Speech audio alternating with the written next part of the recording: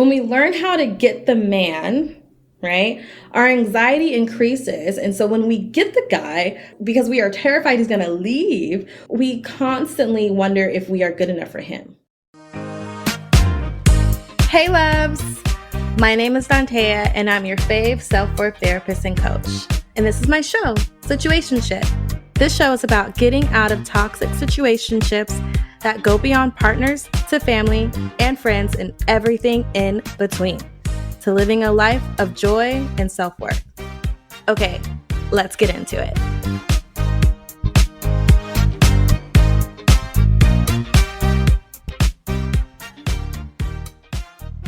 Hey loves, welcome back. Let's just jump right into it today, shall we? So for some time now, like truly for some time, for some weeks now, months, probably since the beginning of the show, I have been wanting to have this conversation that we're going to have today. I just wasn't sure exactly when or how I wanted to do this, right? So I have some notes here, so I want to make sure I say all the things and we're just going to keep moving forward. Okay. What really pushed this episode to come out was because I had a coaching session recently with one of my clients, and it just helped me to really remember this common struggle that we are all in, that oftentimes is talked about, but not talked about in the way that I do with my clients. So, as women, including myself, we let men identify and own our worth.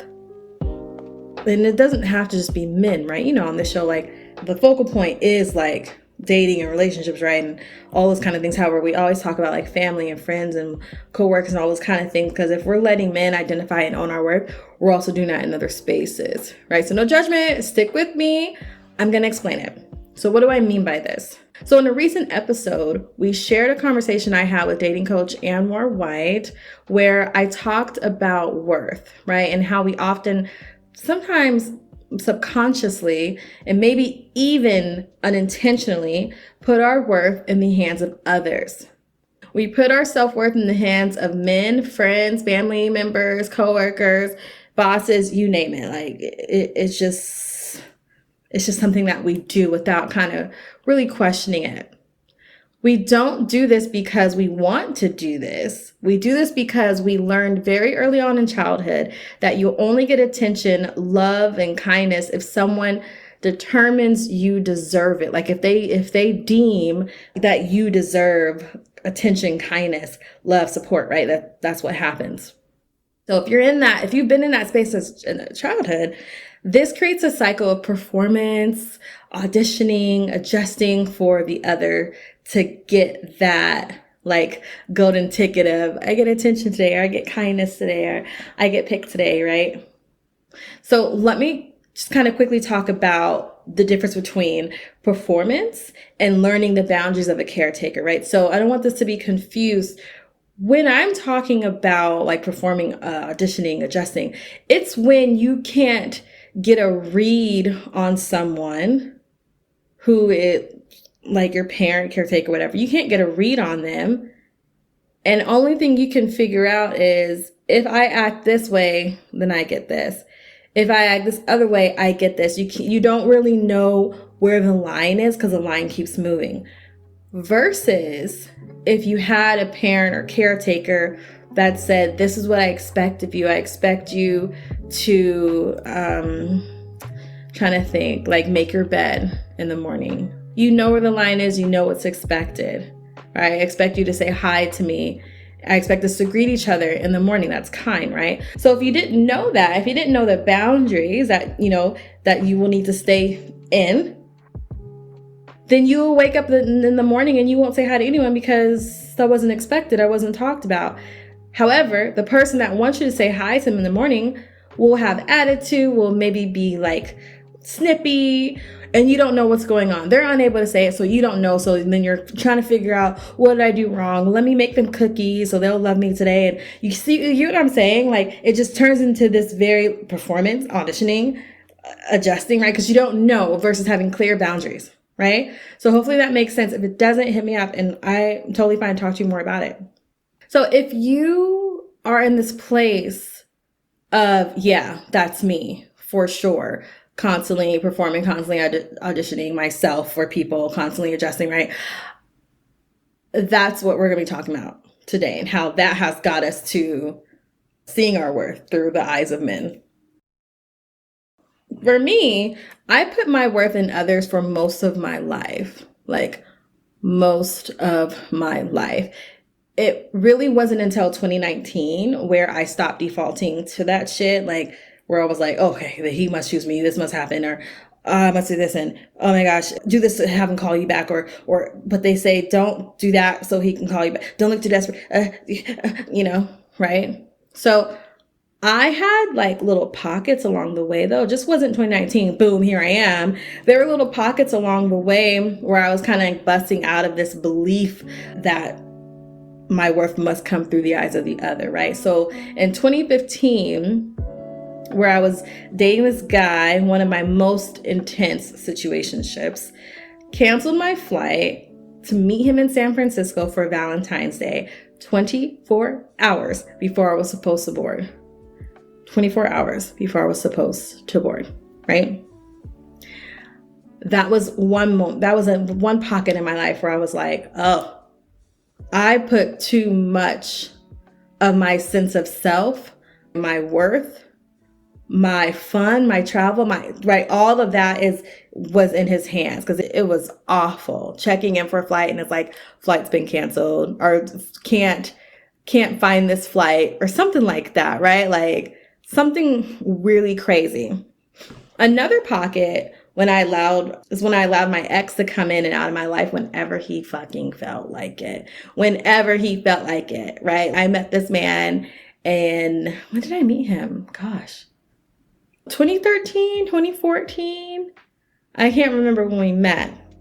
But we met at one of those years, and up until 2019, 2018. No, 2019. I allowed him to come in and out of my life, however and whichever and how long he wanted to stay. And so early on in those times, when he finally decided to be with me, mind you, he told me we were together. Like he came to come see me. We're long distance. He came to come see me. He's like, this means we're together, right? And I was like, what? But of course, I'm trying to act like I'm not excited. Of course, I'm trying to act like I'm not going to say yes immediately, because this is all I've been waiting for. You and I together, finally check it off the box of life, right? A task for life, husband, check, whatever. But on the inside, I finally felt like life finally had meaning, right? Like that's the kind of mindset that our society can push on us. We feel like you have to have these things in order to have a life that's like worth bragging about, right? Like just saying that again right now takes me to a place of like such sadness and so caught up in others determining my worth. Like literally waiting to live my life until I was partnered. Literally waiting to live my life until I made $100,000 a year or $80,000 a year, whatever it was at the time that I really wanted to make. Waiting to live my best life until I don't even know, right? I have no idea. There's so many things that until these things happen, I can't live my best life. So while I was waiting to be chosen, waiting to be told I was beautiful, I was important, that I was worthy enough to be boldly claimed to the world, right? Like once that happened, once it was like Instagram official and everyone knew we were together, that's when I knew I had like really climbed higher and higher. Like I've made it, the kind of life goals, right? It's heartbreaking when I think about it. And I felt that way for I can't even say many years, most of my life. Majority of my life. Only until the past kind of 3 to 4 years, I've really been stepping away and breaking out of that cycle, right? So majority of my life. So we are told as women, we are told to be nice. We are told you need to learn how to cook to get a man and keep him. We need to be agreeable. We don't want to nag, don't complain. Be his peace. Whatever the hell that means. Like, what? Be his peace. What about me? And basically just be silent, right? Moldable, be inauthentic. Just be there for him in whichever way he means you. And take that as you will. And I mean that. That's kind of the conditioning that happens upon us, where it's like, if you want a man, and that's the kind of rhetoric that men are and women are spreading out there too. Like, if you want a man, you got to do these things. And basically it all boils down to be silent, be domesticated, and just go along with whatever he wants to do, because you'll lose him if you don't. So when we learn how to get the man, right, our anxiety increases. And so when we get the guy, because we are terrified he's going to leave, we constantly wonder if we are good enough for him, right? So I do all these things to get the man. And now that I have him, oh my gosh, is he going to leave me? What if I stop doing things? What if I didn't cook today? Is he going to leave me? What if I didn't have sex with him today? Is he going to leave me? Right? And it's just constantly just go back and forth of like, I don't know the rules. I don't know the boundaries. I don't know what's expected. I don't want him to leave. Like, it took so long. It took so hard to do all these things that wasn't really me to get him anyways. There's that. Versus, there's another option for you that I'm going to invite you to really sit with, versus getting clear on your values, your wants, and your needs, and your expectations around communication and relationship values, right? And I know, let's be really honest, I know that sounds really boring to talk about that kind of stuff. However, I'd rather you be a little bored, be a little uncomfortable, be a little lame and talk about these kind of things, versus panicking, self-sabotaging, running away, getting in relationships just because it's there, not actually because it's a healthy and safe one for you, right?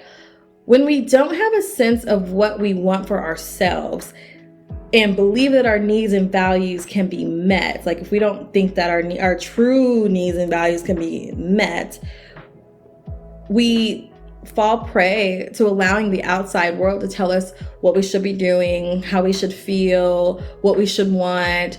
And even if we don't agree with those things, we feel like that's what I should be doing, right? Because that's what society says, whoever that person is. So think about this.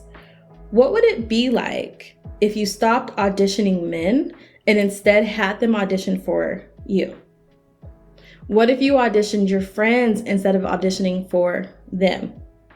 Now, you might be like, wait, what does my friendships have to do with worth? If you're anything like me, which you probably are, you know, we're probably very similar people, you probably attach really quickly to people. Like if you feel like this person, we have like we both love yellow, or we both have the same dress on, or I express interest in them and they express interest in me, and maybe we linked arms because we're both at this conference together and we don't know anyone else. And so we're just gonna like be together, really quickly forming these friendships, right? You quickly jump to calling this person a friend. You quickly jump to thinking this person is here for me. We are here together, right? We are here for each other through thick and thin. Like even if you only know the person for an hour. And again, no judgment. This used to be my MO. Like I would collect friends like Pokemon cards, truly, like all the time without ever questioning and really thinking about like, what am I needing?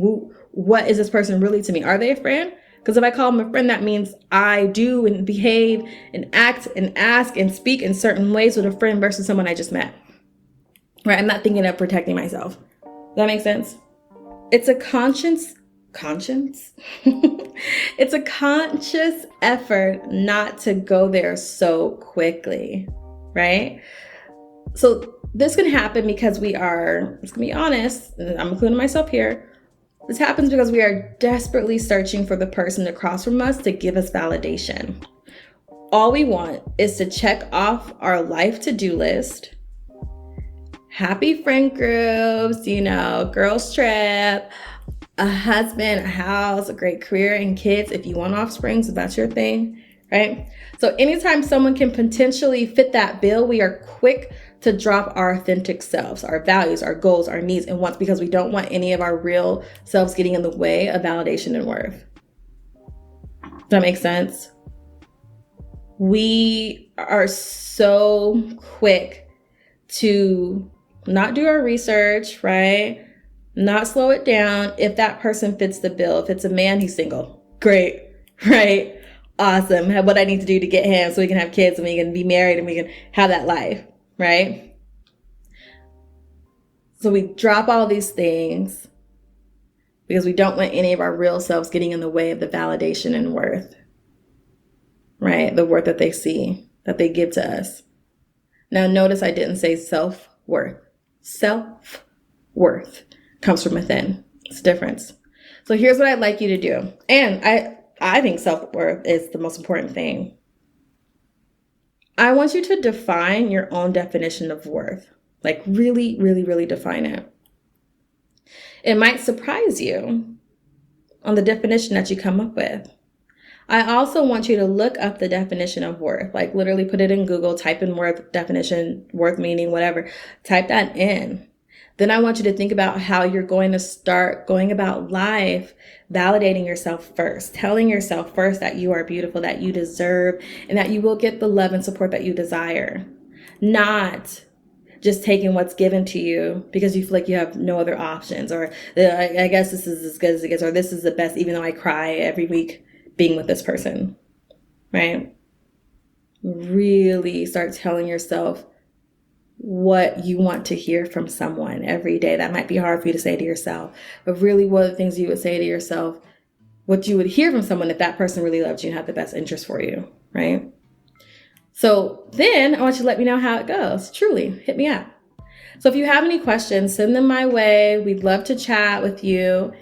If not, until next time, you got this. I believe in you. Bye. Thank you for listening to the show, loves. This show was produced by Mackenzie Mazzell and me, Dantea. If you got a question you'd like me to answer, which I know you do, please send it to dantea@soireesintherapy.com. That's SOIREES for soirees. When you do that, the answer might just become an episode, and I would love to keep talking about your question. Want to work with me? The link is in the show notes. I'll see you there, and I'll see you in the next episode. Okay,